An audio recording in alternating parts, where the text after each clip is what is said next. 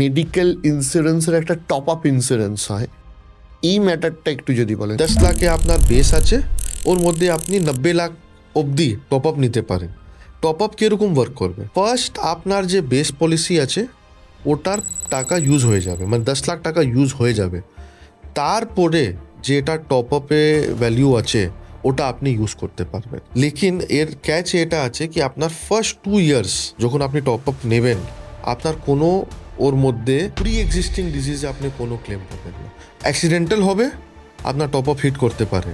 লেকিন pre existing যদি মানে আপনার যদি আপনি ডিক্লেয়ার করেছেন কি ভাই আমার হাইপার টেনশন আছে, ডিক্লেয়ার করেছেন আমার ডায়াবেটিস আছে, তো আপনি বেস পলিসিতে পেয়ে যাবেন।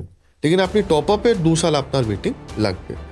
Hernia like that. হ্যাঁ, বাট টপ আপে যে প্রিমিয়াম হয় ওটা অনেক কম হয়। ফর এক্সাম্পল 31 বছর জন্য 90 লাখ টপ আপে প্রিমিয়াম 1500 টাকা থেকে 3000 টাকা আছে। লেকিন আপনি যে বেস পলিসি নিচ্ছেন ওটা আপনি ভাবুন 10,000 15,000 থেকে 20,000 22,000 টাকা আসতে পারে। তো এই টপ আপে যে কনসেপ্ট আছে এও মানে আজকে মানে লাস্ট 5-6 ইয়ার্সে অনেক ভালো হয়ে গেছে। লেকিন আপনাকে ভালো রিডিং করতে হবে কি আপনার কত রিকোয়ারমেন্ট আছে।